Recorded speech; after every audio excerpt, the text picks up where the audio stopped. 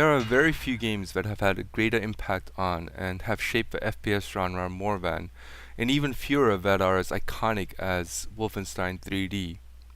It is often given credit for having singularly birthed the FPS genre, and this may be a bit of an overstatement as there have been shooting games set in the first-person perspective before Wolfenstein 3D's release, but it's not an honor bestowed upon it lightly, as many of the game's features have been standard for the FPS genre from thence on forth. The genre has advanced quite a bit since then, so I didn't expect Wolfenstein to emulate its predecessor entirely. But it's surprising when the game plays more like Call of Duty game than Wolfenstein 3D or even Return to Castle Wolfenstein. There's a compass navigational system with a star guiding your every turn, the grenade spamming to keep you moving forward, the heavily scripted sequences dictating your experience, the enemies taking cover, but not really since they like to leave bits of themselves exposed at all times, teammates that look like they're keeping busy but aren't actually killing a damn thing, and the constant yapping from both enemies and teammates. Add to that a crappy World War II setting and terrible AI, which often leads you to be on one side of a barrel and an enemy on the other. And you've got a perfect Call of Duty world at crappy war clone. Why a Wolfenstein title would take inspiration from another series when it's got one of the most influential games of all time standing to live up to is befuddling. But this isn't so much a criticism of a game than it is a confounding observation. What I do criticize though, I've touched upon in making the observation, namely the terrible AI. The only time the enemies show even the slightest hint of intelligence is when they acting out their script, such as when they burst into view and get into position. But the problem starts soon thereafter. Mainly, they can't seem to understand that if I'm standing directly in front of them, it's not a good idea to stand to the side of the cover and leave their entire body exposed. And there are many examples of poor AI throughout the game, but it's not just the individual dumb moments that ruin the game. It's that the game as a whole adds up to one boring experience. 5 or 6 enemies rush into an area, or are already occupying an area. Your job is to dispose of them. Half of them find it covered, but don't do a very good job of it. The other half minus one stands out in the open, taking potshots at you. The remaining one takes control of a mounted machine gun and provides suppressing fire. The ones in the open have either long-distance rifles or machine guns. The ones behind cover attempt to inch closer, going from cover to cover rather poorly, in an attempt to get within firing distance. If you take out the mounted machine gun guy, the next closest to a mounted machine gun will take the helm. You take all of them out, and you move on to the next area, wherever the magical star compass tells you to go. And you repeat. The AI is simply not dynamic enough to keep things interesting, and the scripted sequences within the uninspiring scenarios aren't enough to make the game memorable. The Veil that's been heavily advertised by Raven Software does add some tactical elements to the game, and can get you out of some prickly situations. The Veil can be activated by pressing keys 1 to 4, and gives you special abilities such as Special Sight, that allows you to occasionally see hidden pathways behind walls that you can walk through while veiled, and occasionally see enemies' hidden weaknesses, and these flying blobs that you can explode causing damage to nearby enemies. Another ability that's essentially the same as bullet time, another that allows for extra damage, and another that acts as a shield. For the most part, it's very much gimmicky.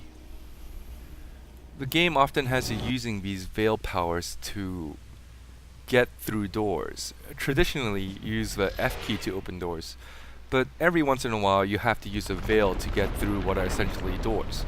There are certain parts of walls that have distinct marks on them that you have to go through using the veil vision thingy. There are certain shielded rooms that you have to get into by using the extra damage veil thingy by blowing up something behind the shield to get the shield down that you can't penetrate otherwise. Then there are situations in which you need to use the bullet time veil thingy to get through fast closing traps. Whatever the means, whether using the F or 1 or 2 or 3 or 4 keys, it all boils down to opening doors and going through them. It really doesn't add to the game, and only plays out as a gimmick to make the veil seem somehow cooler and more useful than it actually is. The game does get a lot better as the game throws at you more and more monsters, and the game turns into more of a Quake 4 than Call of Duty World of Crappy War. One of the monsters appears often with his soldiers, and he can do a variety of cool things that add layers to the traditional kill 5 to 6 soldiers in an area gameplay. He can shield 2 to 3 soldiers, making them invulnerable but leaving himself exposed in the process. He can also move around really quickly and throw energy balls at you that do quite a lot of damage. There is another monster that can't be killed except by first blowing off specific parts of his body, and he carries around a pretty mean weapon to boot. There's another monster that flies around and launches missiles at you, kind of similar to a Quake 4 monster. All in all, the monsters aren't particularly new or special, but they do make the game more interesting and set it apart from the Call of Duty series. Especially the boss fights that Raven Software is well known for give the game an extra oomph. Another thing that the game gets right is the extra stuff that traditionally don't add anything to the games, but are included in most games for all of us achievement whores. I'm talking about collecting junk, like the dumbass flags in dumbass Creed. In Wolfenstein, there are intelligence and gold strewn about.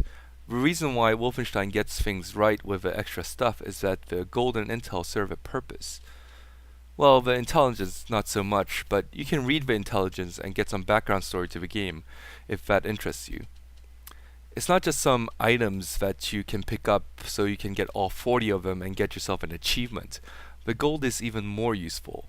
You can use the gold to purchase upgrades for your weapons, and these upgrades do improve the weapons quite a bit, and gives you choices to make as to which of the weapons and which parts of the weapons you'll improve. You get about 10 or so weapons to choose from, though essentially it's a mix of machine gun, long-range rifle, flamethrower type, meaning you can hit multiple targets without having to aim carefully, and rocket launcher type. They all sound pretty good, but don't feel particularly right. And by feeling right, I essentially mean that you don't get that sensation you're firing something powerful, because enemies just react to getting shot by A, dying with some crappy death animation, B, getting bullet holes on them and stopping momentarily what they're doing. Basically, I miss the damn shotgun. And flamethrowers that don't just do one hit and you do the stupid, oh I'm burning death animation. Aiming your crosshair at targets can only get you so far. I want there to be an authentic feel to the connection between what I'm doing and to those I'm doing it to, and not feel like they just programmed to do one or two things, i.e. death animations when I shoot them. The thing that the game gets wrong completely is BJ Blazkowicz, the protagonist of Wolfenstein 3D and this game. If you look at concept art of BJ for Wolfenstein 3D, you see this Arnold Commando lookalike. But somehow, for whatever reason, BJ has been X-gamed the shit out of and now looks more like Matt Hoffman than John Matrix. Now, I don't know why everyone is hell-bent on leaving the 80s big action hero motif, but I don't think this move towards X-games and anti-hero thing makes games any cooler or better. If you have a name as ridiculous as BJ Blazkowicz, then it serves you better to look like some big action movie star and spew out ridiculous puns than it is to look like some skinny ass retro rock star and spit out smart alecky remarks with a snarl. I understand the need for the game to go beyond what its predecessors did, to pave its own way, but I just can't make sense of a game straying so far that it essentially retains none of the original game's spirit, and ends up feeling more like a mix between Call of Duty World of Crappy War and Quake 4. After finishing the game, I decided to play Wolfenstein 3D for the first time in 10 years or so, and I found it to be quite an enjoyable experience. It's a bit disappointing to realize that, despite all the advancement made in the genre hasn't advanced all that much. Wolfenstein has lost something that made the original magical, and the plenty of added crap and supposed advancements haven't made this game any more enjoyable than a game that came out 17 years ago.